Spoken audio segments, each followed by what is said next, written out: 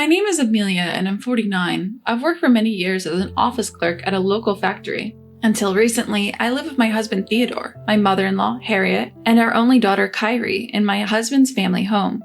We were married for 28 years. It feels like such a long time to me, but just a few days ago, I put an end to that marriage. Yes, I got a divorce. It's what they call a late life divorce. Some people were shocked while others just said it was inevitable. My married life began when I met my husband at the age of 20. Back then, I just graduated from commercial high school in our town and started my job as an accounting clerk at the same factory where I still work.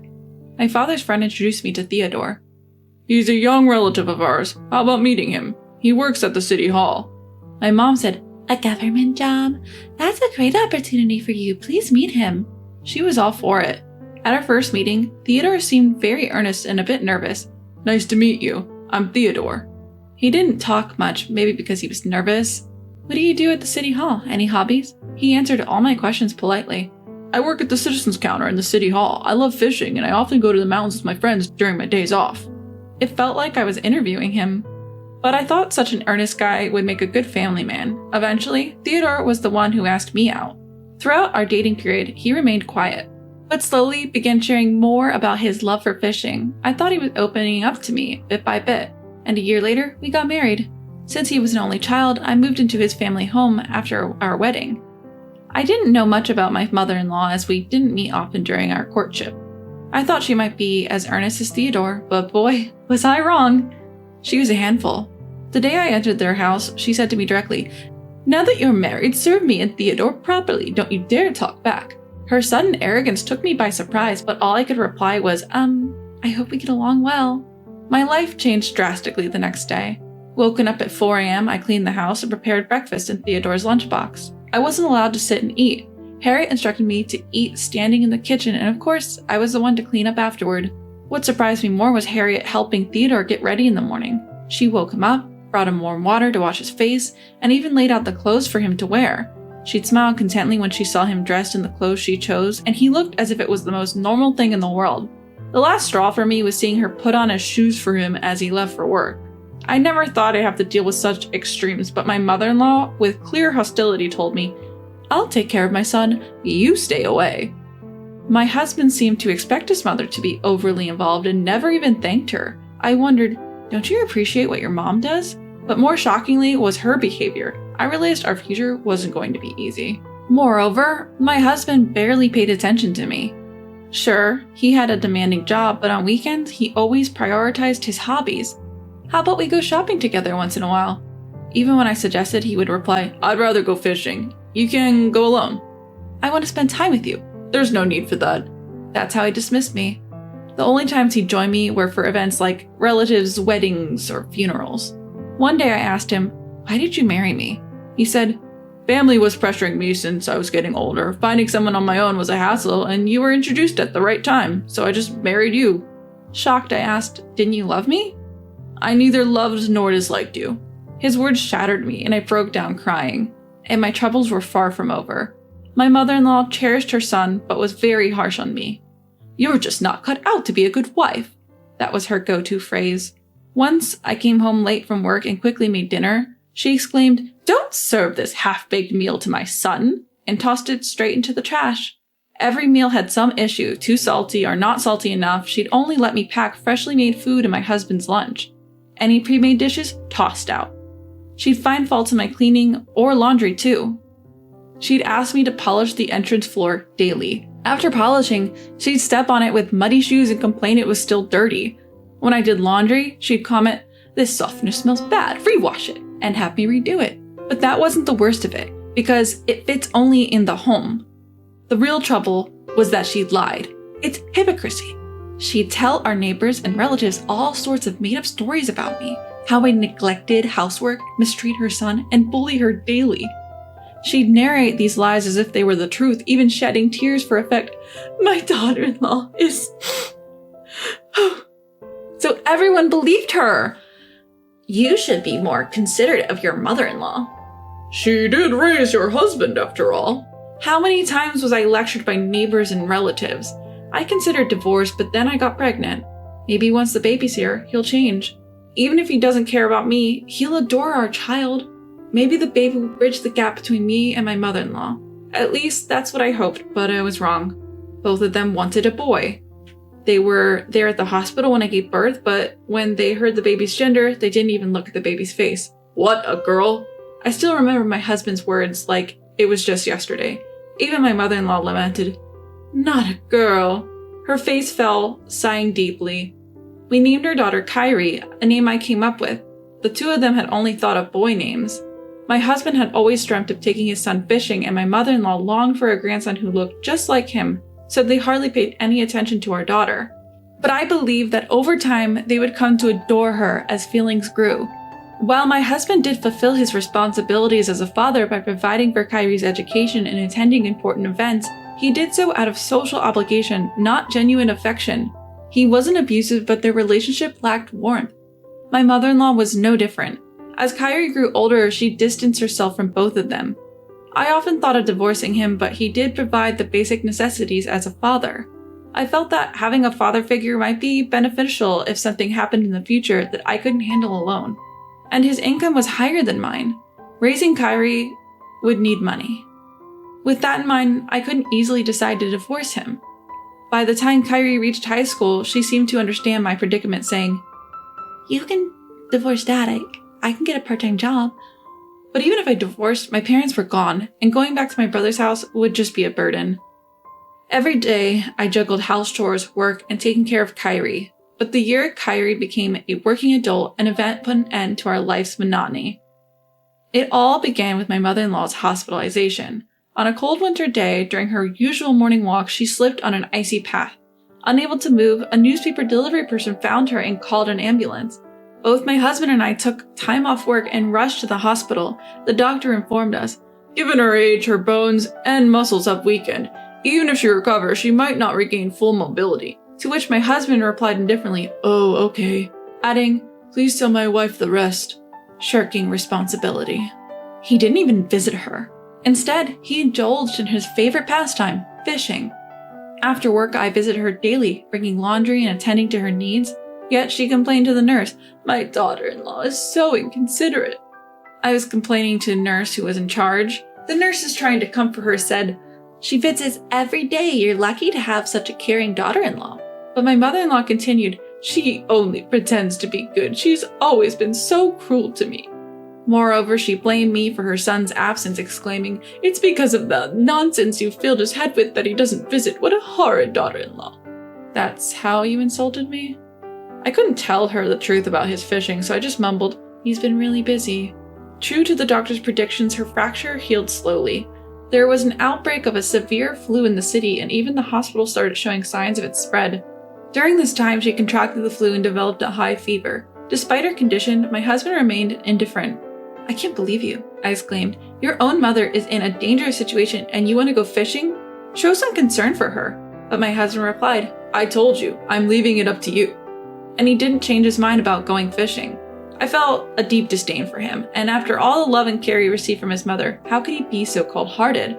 Then an event occurred that made me lose all patience with him. One weekend morning, as he was preparing to go fishing again, I stopped him. "You're visiting your mother in the hospital today. She's always taken such good care of you. At least show her your face." I confronted him at the entrance, trying to prevent him from leaving, but with a look of deep annoyance, he said, "All those things she did for me, she did them on her own. I never asked for any of it." I was left speechless. I couldn't believe what he had just said. He glanced at my shocked expression and said, "My fishing buddies are waiting. I won't be back until the day after tomorrow." With that, he left. Our daughter, who had witnessed everything, said, "Dad's so heartless." She muttered this with clear disdain. That night, I received a call from the hospital saying that my mother-in-law was in critical condition. I rushed over immediately. She had been moved to the ICU and was wearing an oxygen mask. Apparently, she had developed pneumonia, the doctor told me. "Tonight might be crucial."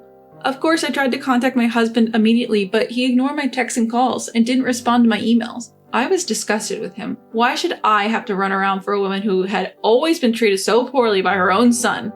Why should I be the one by her side during her last moments? Shouldn't her own son, my husband, be the one doing this? After all, she had never done anything for me. Even knowing that his mother was critically ill, he prioritized his own fun. Why should I exhaust myself for these people? I'd had enough. These thoughts crossed my mind. "I see, then I'll be leaving." "Huh? I told the doctor, who looked at me in surprise. It's better if her son is here. I'm going home. I left the hospital in a hurry. When I got home, my worried daughter was waiting. How is she? She asked. It seems she might pass away tonight, but honestly, I don't want to be the one taking care of her, so I came back, I replied. She nodded, asking, What will we do next? We're going to get divorced. You're old enough now. That sounds good. I've been thinking of living alone. I've always been worried about you. Thank you. The next morning, we left our home early. It might be uncomfortable, but we decided to go back to my childhood home. When we arrived and told my brother and his wife what happened, they were furious that I hadn't said anything sooner. A few days later, I had a flood of missed calls and text messages from my husband. I ignored them all, but eventually reached out. What the hell are you doing? Well, you left when you knew my mother was critical. Because of you, I had to rush back from my trip. You should have. She's your mother, after all. It's your responsibility. I expected you to take care of her. I never said I understood. And after all the care she received, don't you think it's time to give back a little? I spoke with a sharp tone. My husband fell silent, but I pressed on. So, how's your mother doing now? She's stable, but she's weak, and they said she won't be able to move like before. So, are we putting her in a care facility? That's gonna cost a lot. Why don't you just take care of her? I won't. Excuse me? My husband sounded puzzled by my response. I said I won't.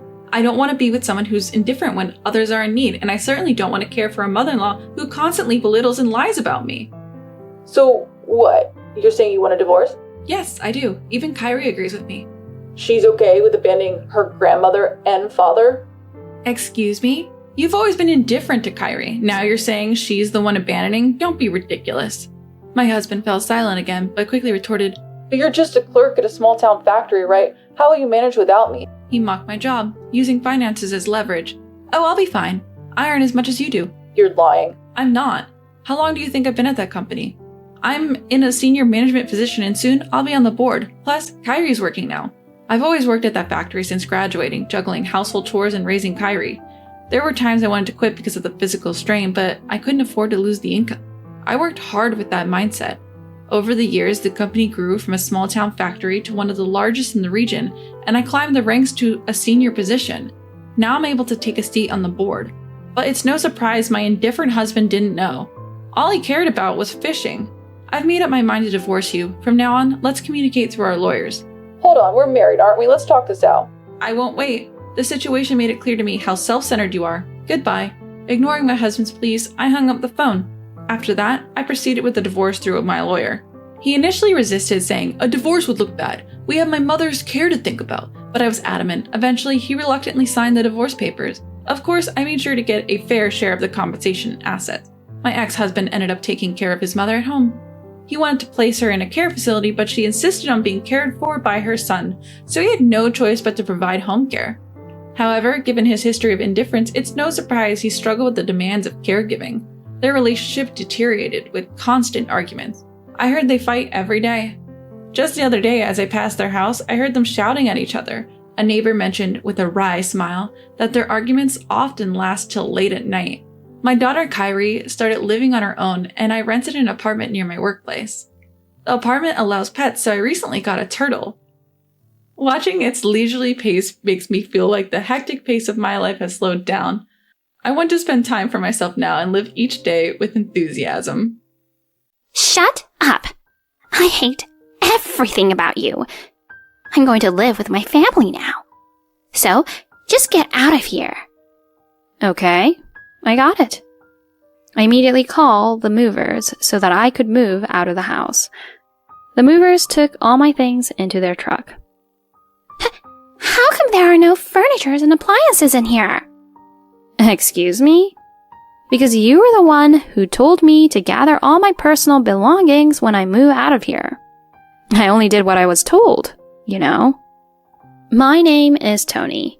I am 36 years old and I work at an office. I have been married to my husband, Kyle, for 3 years. We met at a mixer, which was organized by a friend of mine, out of concern for me who had not had a boyfriend for a long time. One of the guys who was the organizer of the mixer brought Kyle. My husband had graduated from college and started working at a company.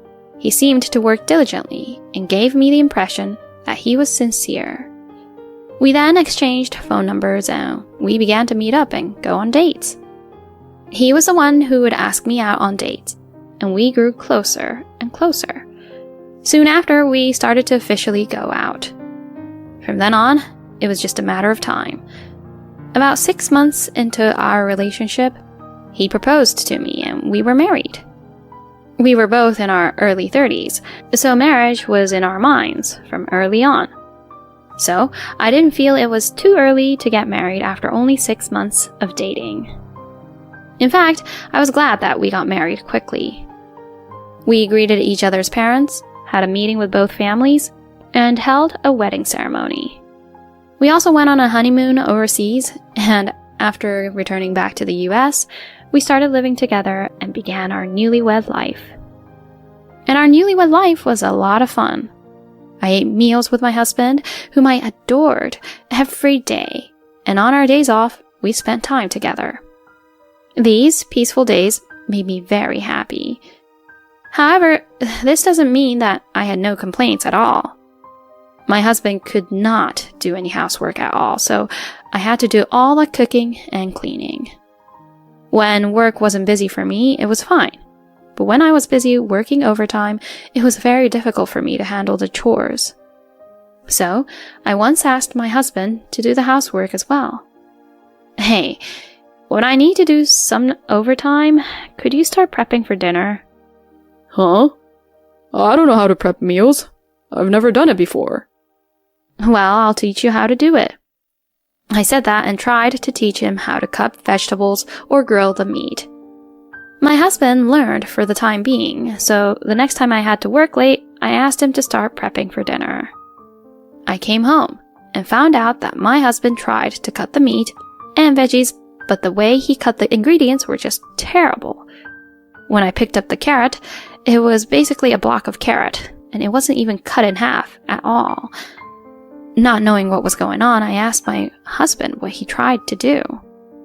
I cut up the veggies and meat the way you taught me.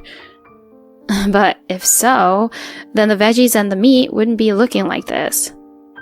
When I questioned him further about it, he told me that he cut the veggies and meat with a scissor. Apparently, he got scared of holding a knife, and he thought that cutting the ingredients with a scissor would solve things. I was absolutely mortified to hear that.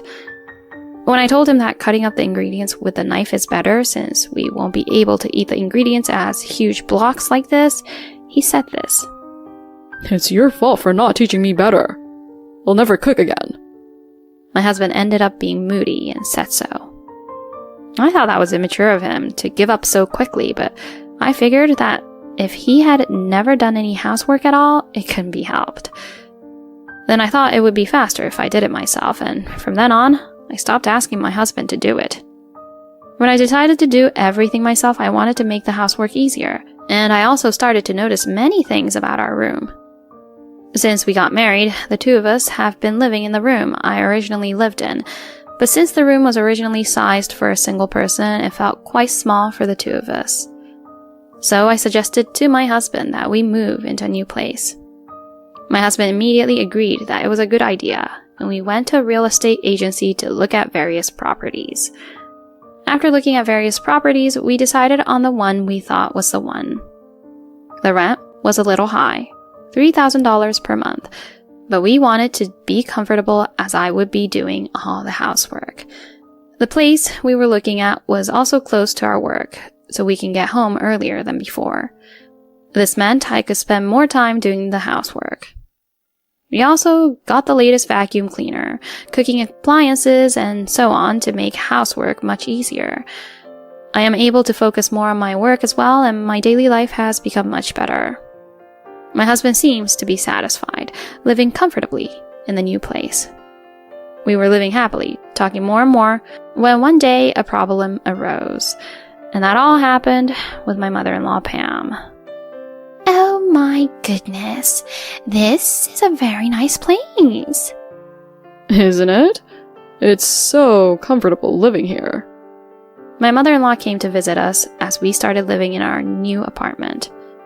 It was the first time she had been to our apartment, and she was extremely excited. I'm so jealous that you have such a great place to live. My husband's house is getting really old. Oh, you're right. That place has been there for decades, right? Wow! Aren't these the latest appliances? Kyle, you must be working very hard. It's a sign that you're making a lot of money to be able to afford all this stuff. Oh, well, yeah, it's no big deal. I could totally afford this. That was how my husband responded to my mother-in-law's words. But I actually bought the furniture and appliances with my own income. I hate to say this, but my husband's income is quite low compared to me. He seems to work very hard at his job, but he hasn't been able to get a promotion, and his salary hasn't gone up for years. On the other hand, I studied hard and went to a good university, so I was able to get a job at a major well-known company, and my salary is high. And recently, I got a raise because I am able to work late and achieve good results. So, I make quite a bit of income compared to my husband. But I don't want to brag about my income, so I will forgive my husband for saying a white lie like that. So I didn't point out to my mother-in-law that my husband was lying. However, I had no idea that this would lead to trouble later on. My mother-in-law, perhaps because she liked our place, started coming over to our apartment quite often.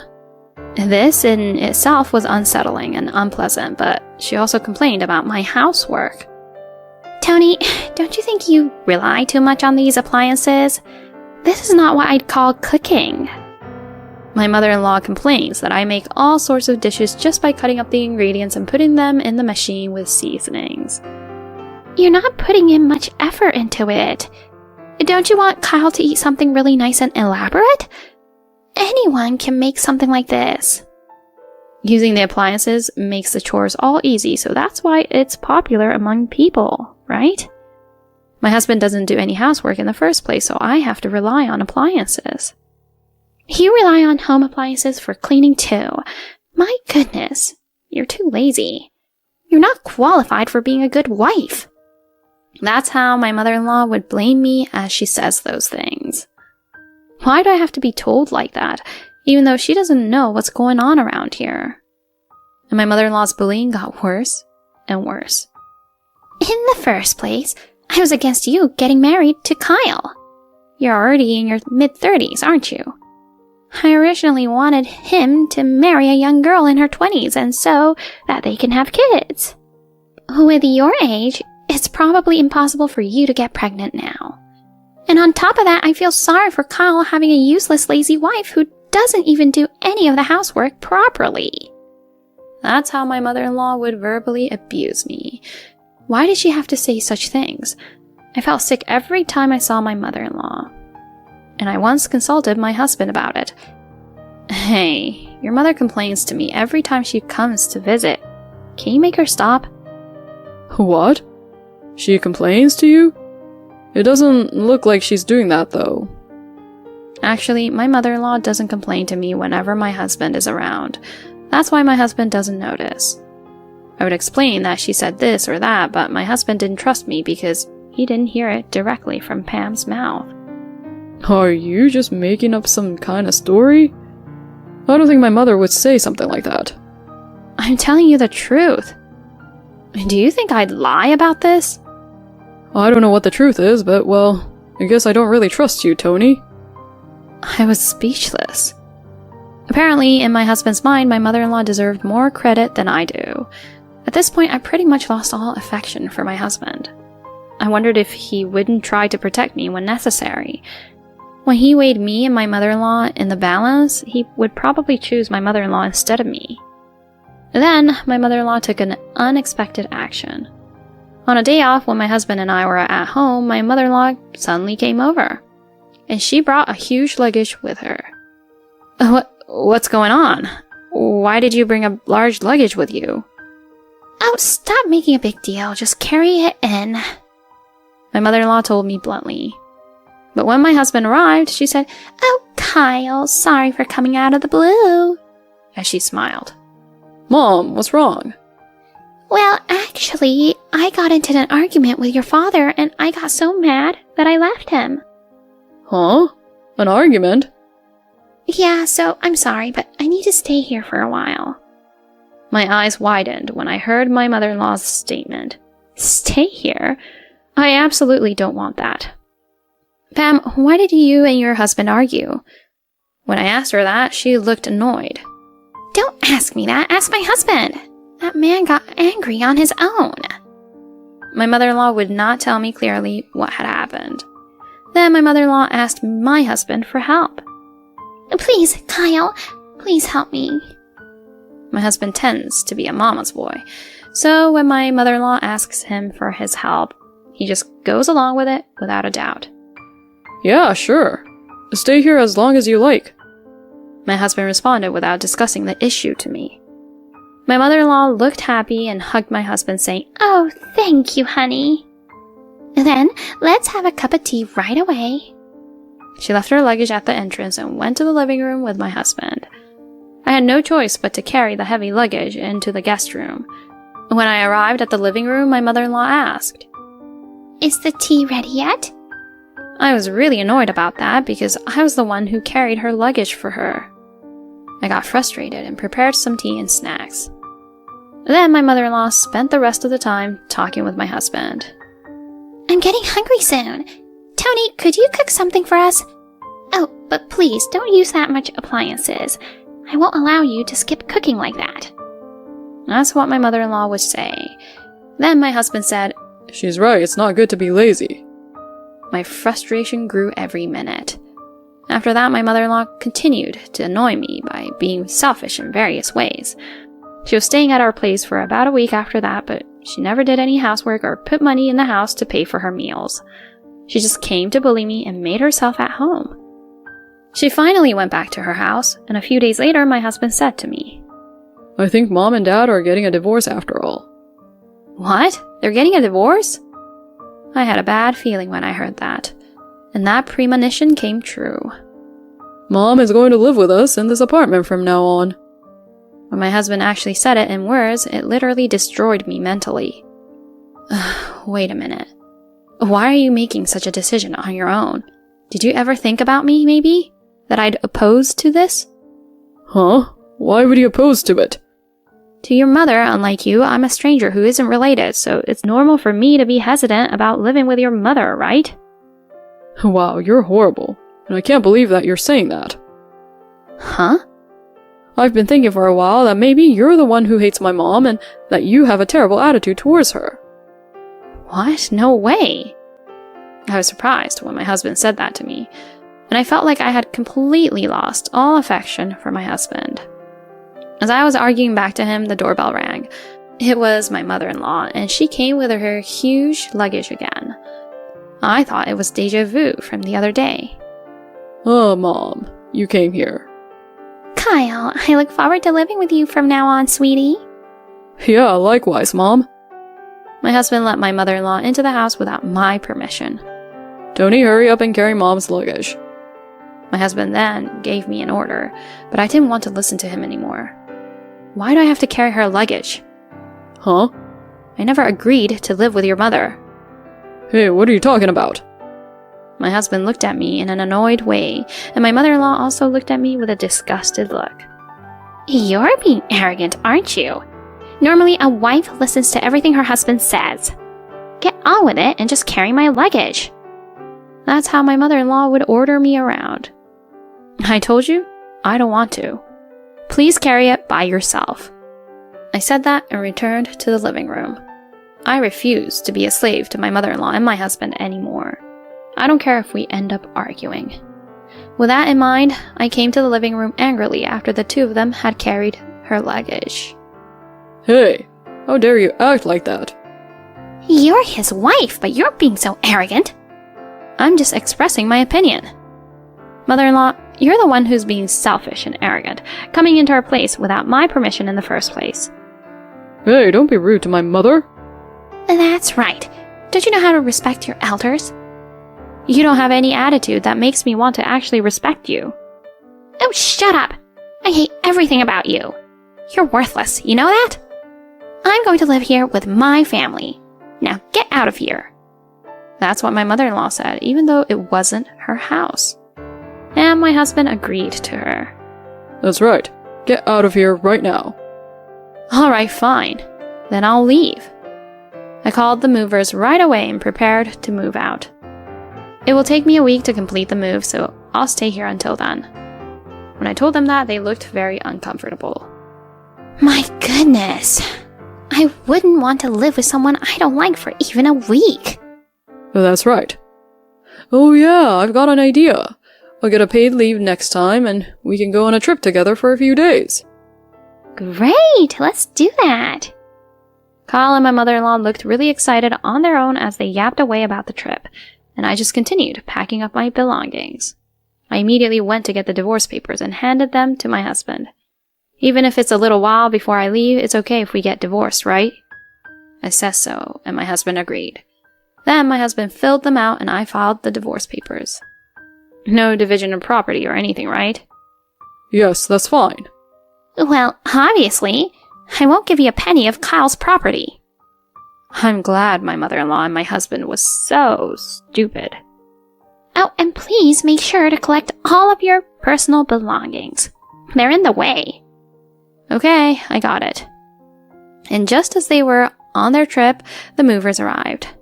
The movers carried all my stuff to the truck. It was nice to have all my stuff cleared out of the place in no time. Then I moved into the rented room I had rented for the time being and completed the move. Soon after, I received a phone call from my ex-husband, but the voice was that of my ex-mother-in-law. How come nothing's here at our place? There's no furniture or appliances. My mother-in-law was in a panic. I calmly answered her. Excuse me? You were the one who told me to gather all my personal belongings when I move out of here. I only did what I was told, you know. What do you mean? Those aren't the ones Kyle bought? What are you talking about? There's no way he can afford the latest furniture and appliances with his low income. What? To begin with, even the rent of $3,000 for that room was paid from my salary. No, wait. You're lying, aren't you? Kyle was just trying to make himself good in front of you, Pam. Oh no. Is that true, Kyle? My ex-mother-in-law seems to be confirming this to my ex-husband as I heard her voice trembling. And I guess my ex-husband answered her honestly. I heard my ex-mother-in-law's fading voice saying, Oh my goodness. Then my ex-mother-in-law changed her attitude completely and began speaking to me in a nicer voice. Tony, I'm sorry. It's my fault. So please come back. Kyle also feels bad for what he did to you as well. Yeah, I'm reflecting back to my own actions. I'm really sorry, Tony. The two of them apologized to me like that, but there was no way I would ever forgive them. Fortunately, we are already divorced, and I have no intention whatsoever of getting back together with you, Kyle. Please, don't call me ever again. As I said that, I hung up the phone and blocked their calls. I then contacted my ex-father-in-law once and found out something. Apparently, my ex-mother-in-law had done very little housework back at their home. He was able to tolerate it because he got used to it, but recently her spending habits became so bad that my ex-father-in-law divorced her before she could even get her hands on his own retirement fund. I was stunned to hear that my ex-mother-in-law, who had always told me that I was slacking off housework, was probably even more so than I was. I was so disgusted when I heard that story, and eventually they were kicked out of their apartment because Kyle couldn't pay the rent. Furthermore, during that time, my ex-mother-in-law was spending extravagantly, and she even had to pay back her debts with my ex-husband's small salary. Now my ex-mother-in-law is working part-time, but even with their combined income, they are just barely making ends meet, and the debt is only getting bigger. Well, it's none of my business anymore. They deserve what they got. On the other hand, I was surprisingly comfortable in the rented room I lived in for the time being, and I decided to stay here for a long time. My savings are increasing rapidly, and I am living a fairly stable life. I will continue to save money and secretly hope to eventually retire early. It was a nice touch to see that Mama's boy get the ending he deserved. It was also a nice touch that Tony's ex-mother-in-law also got what she deserved. It must have been tough for Tony to be pushed around by those two troublesome people. From now on, I hope Tony lives a happy, peaceful life. Thank you for watching until the end. Please subscribe to our channel. See you in the next video.